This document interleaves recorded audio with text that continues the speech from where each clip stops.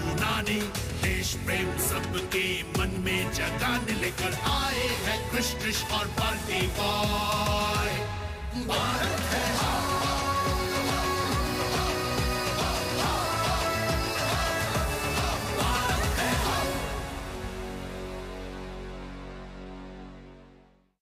আমার ইঁদুরের সৈন্যরা, আজকের এই বোর্ড গেমে আমরা ক্রিশ আর বাল্টি বয়কে হারাবো। এই আমি ফেললাম ছক্কা আর এই পড়লো 6। আহা বাহ! যে জিতলো সে বাহাদুর আর যে হারলো সে বাদর। আর বাল্টি বয়ও। এখন অনেকগুলো চান্স বাকি আছে, আর হেরে যাওয়া খেলা কিভাবে জিততে হয় আমি জানি। কিভাবে? তুমি দেখতে থাকো বাল্টি বয়, এবার ডাইস ফেলার পালা আমার। আব্রাকাডাবরা আব্রাকাডাবরা গিলি গিলি ছু। ক্রিশ, বাল্টি বয়, ওই দেখো টিকটিকি। কোথায় কোথায় কোথায় আছে? কোথায় কোথায়? ও না! আরে এটা তোমরা কি করলে? টিকটিকির ভয়ে বোর্ডটাকে উল্টে ফেলে দিলে, পুরো গেমটাই নষ্ট করে দিলে। তার মানে হলো গেম ড্র, না তুমি জিতেছো আর না আমি। Cheater. Cheating cheating cheating cheater নয়, একে কৌশল বলা হয়, কৌশল। যখন শত্রুপক্ষ খেলায় এগিয়ে যায় তখন শত্রুকে বিভ্রান্ত করে দাও। নানা সাহেব আর তাঁতিয়া টোপিও একই কাজ করেছিলেন। হ্যাঁ, নানা সাহেব আর তাঁতিয়া টোপে এনারা তো রানী লক্ষ্মীবাইয়ের বন্ধু ছিলেন। ওনারা চিটিং করেছিলেন। একদম একদম না। একজন বলছে হ্যাঁ আর একজন না। এবার তো সত্যিটা শোনার পরেই বোঝা যাবে। সংস্কৃতি। এবার গল্প শুরু করা যাক।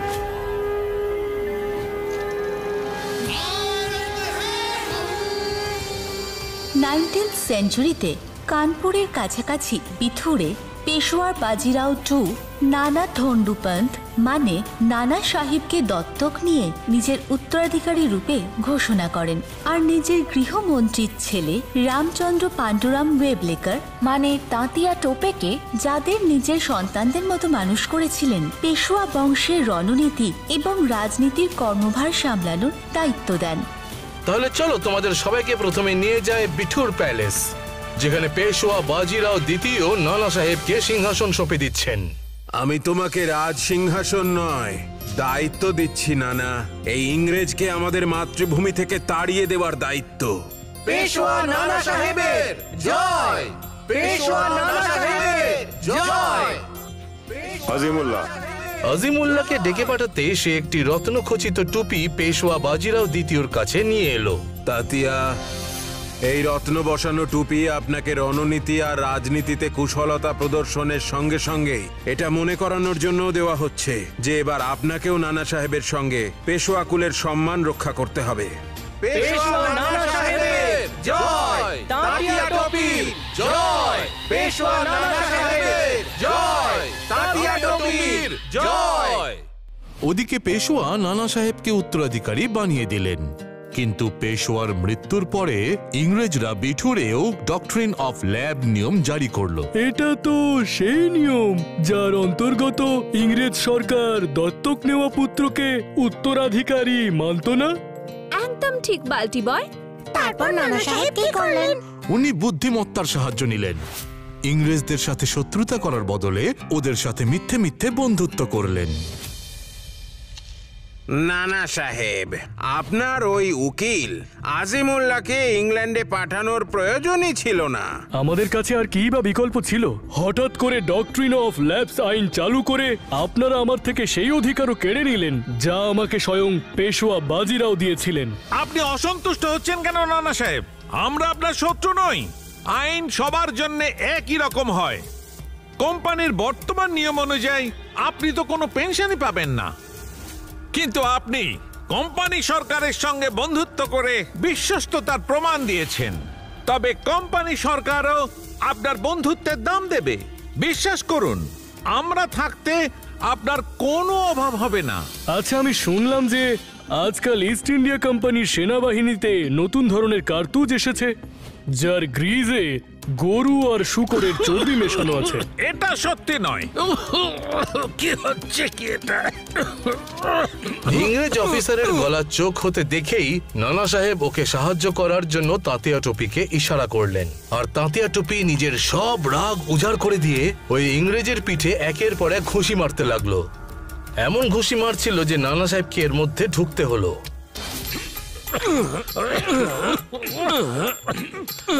তাতিয়া,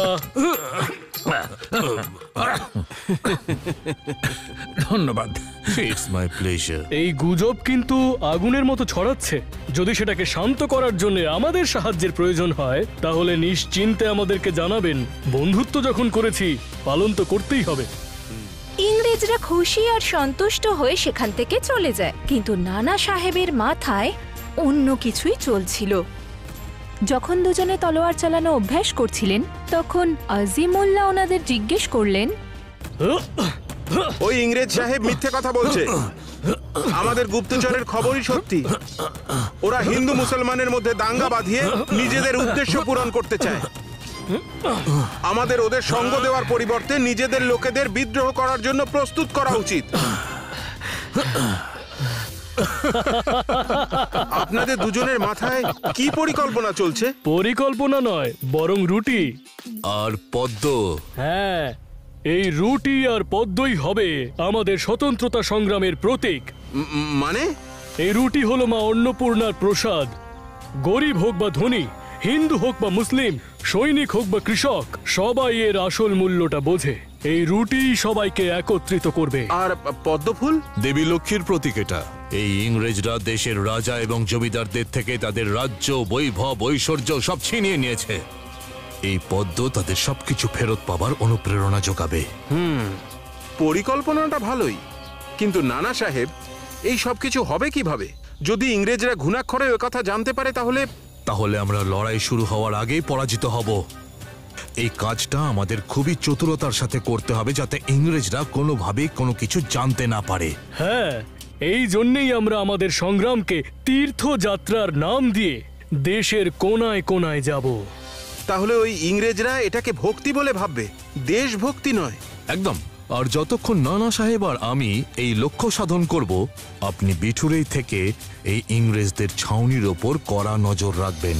ওদের প্রত্যেকটা গতিবিধির ওপরে আমাদের সতর্ক নজর রাখতে হবে, যাতে সঠিক সময় এলে আমরা সম্পূর্ণরূপে প্রস্তুত থাকতে পারি।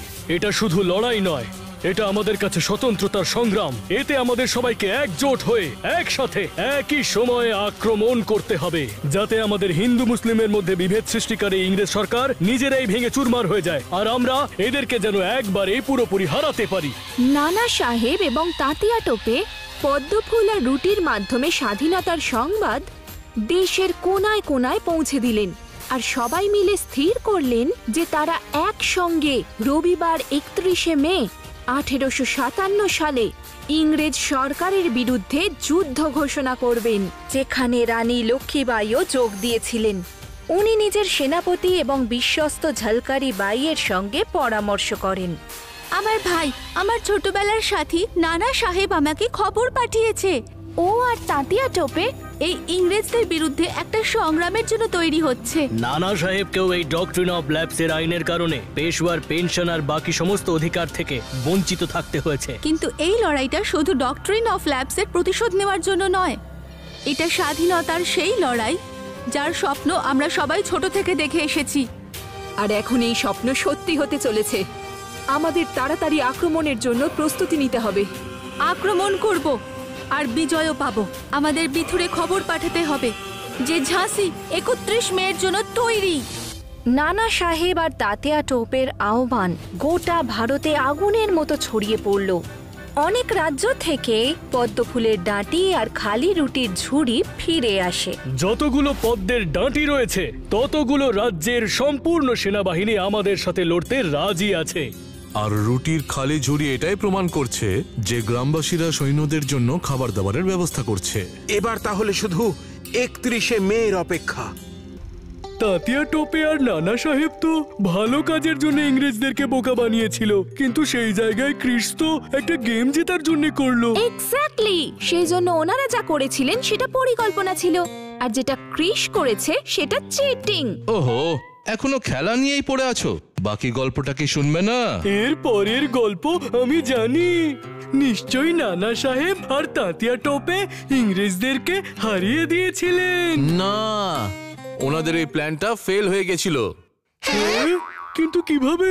কারণ ইংরেজরা যে কার্তুজ ব্যবহার করছিল তাতে সত্যিই গন্ডগোল ছিল, আর এই কথা সৈনিকরা জানতে পেরে গেছিল।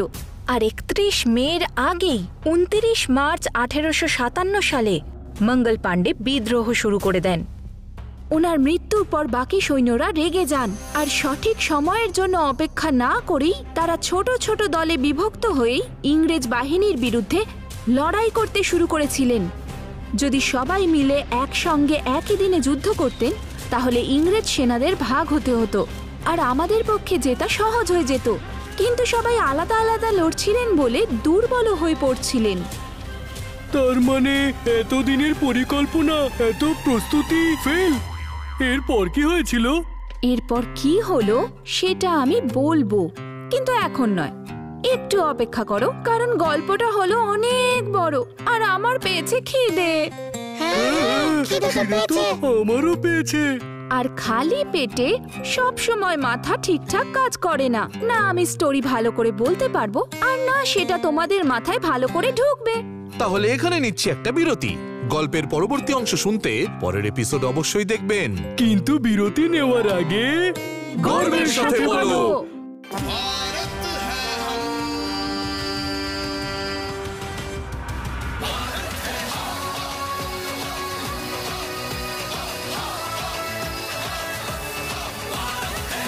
বন্ধুরা, এই গল্পগুলো শুনতে যদি আপনাদের এত ভালো লেগে থাকে তাহলে ভেবে দেখুন দেখতে কত ভালো লাগবে। দেখুন ক্রিশ ট্রিশ বাল্টি বয় আমরা ভারতবাসী প্রতি রবিবার সকাল 11টায় দূরদর্শনে। আর আমাদের স্ট্রিমিং পার্টনার হলো অ্যামাজন প্রাইম ভিডিও আর নেটফ্লিক্স। Stay tune.